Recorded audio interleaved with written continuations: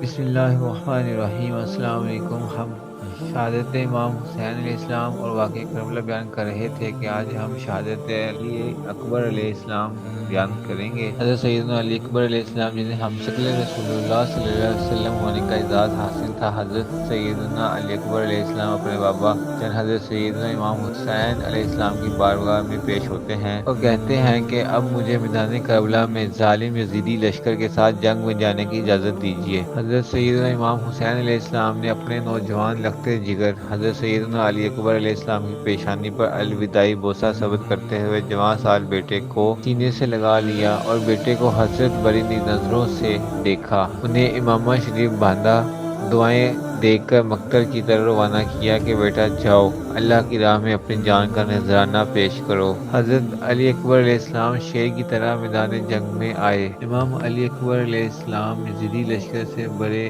احسن طریقے سے نبرد آزما ہوئے۔ حضرت امام حسین علیہ السلام مقتل کی طرف بڑھے کہ اپنے بیٹے حضرت علی اکبر علیہ السلام کی جنگ کا نظارہ کریں کہ وہ دشمن پر کس طرح جھپٹا ہے، لیکن لشکر یزید میں اتنا گرد و غبار چھایا ہوا تھا کہ حضرت سیدنا امام حسین علیہ السلام داد شجاعت دیتے ہوئے حضرت سیدنا علی اکبر علیہ السلام کو نہ دیکھ سکے۔ امام حسین علیہ السلام آرزو مند تھے کہ دیکھیں میرا بیٹا حضرت سیدنا علی اکبر علیہ السلام کس طرح راہ حق میں استقامت پر ثابت قدم ہے، کس طرح یزیدی لشکر پر وار کر رہا ہے۔ حضرت علی اکبر علیہ السلام یزیدی لشکر کی صفیں الٹ رہے تھے۔ لشکر یزید جس طرف دوڑتا، حضرت امام حسین علیہ السلام سمجھ جاتے کہ حضرت سیدنا علی اکبر علیہ السلام یزیدی لشکر کو اسی طرف جہنم واصل کرتے جا رہے ہیں۔ اسی طرح سمتوں کا تعین ہوتا رہا اور یزیدی سپاہی واصل جہنم ہوتے رہے۔ سیدنا علی اکبر علیہ السلام مردانہ وار جنگ کر رہے تھے اور 3 دن کے پیاسے تھے۔ گرد و غبار سے فائدہ اٹھا کر گھوڑے کو ایڑی لگا کر واپس آئے۔ عرض کی ابا جان اگر ایک بوند پانی کا مل جائے تو تازہ دم ہو کر ان بدبختوں پر حملہ کروں۔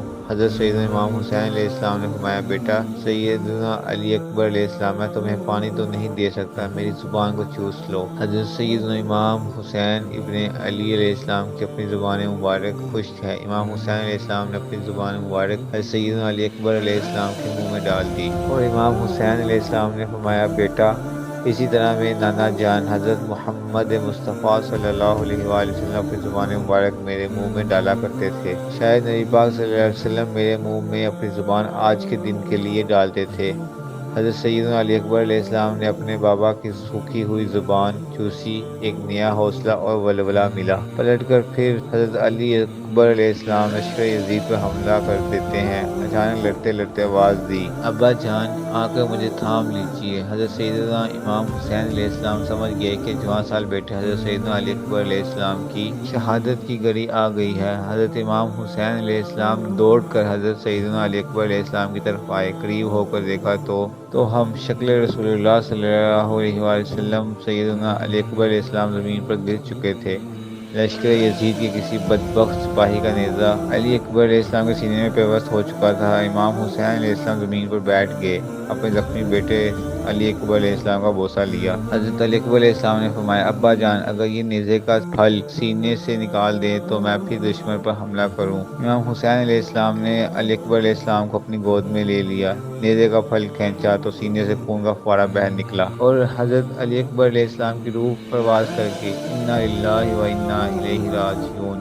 یوں حضرت سیدنا علی اکبر علیہ السلام نے اپنی جان کا نذرانہ پیش کیا۔ امام حسین علیہ السلام سیدنا علی اکبر علیہ السلام کی لاشیں کو اٹھا کر خیمے میں واپس لے آئے۔ یوں حضرت علی اکبر علیہ السلام نے اپنی جان کا نذرانہ اسلام کی سربلندی کے لیے پیش کر دیا۔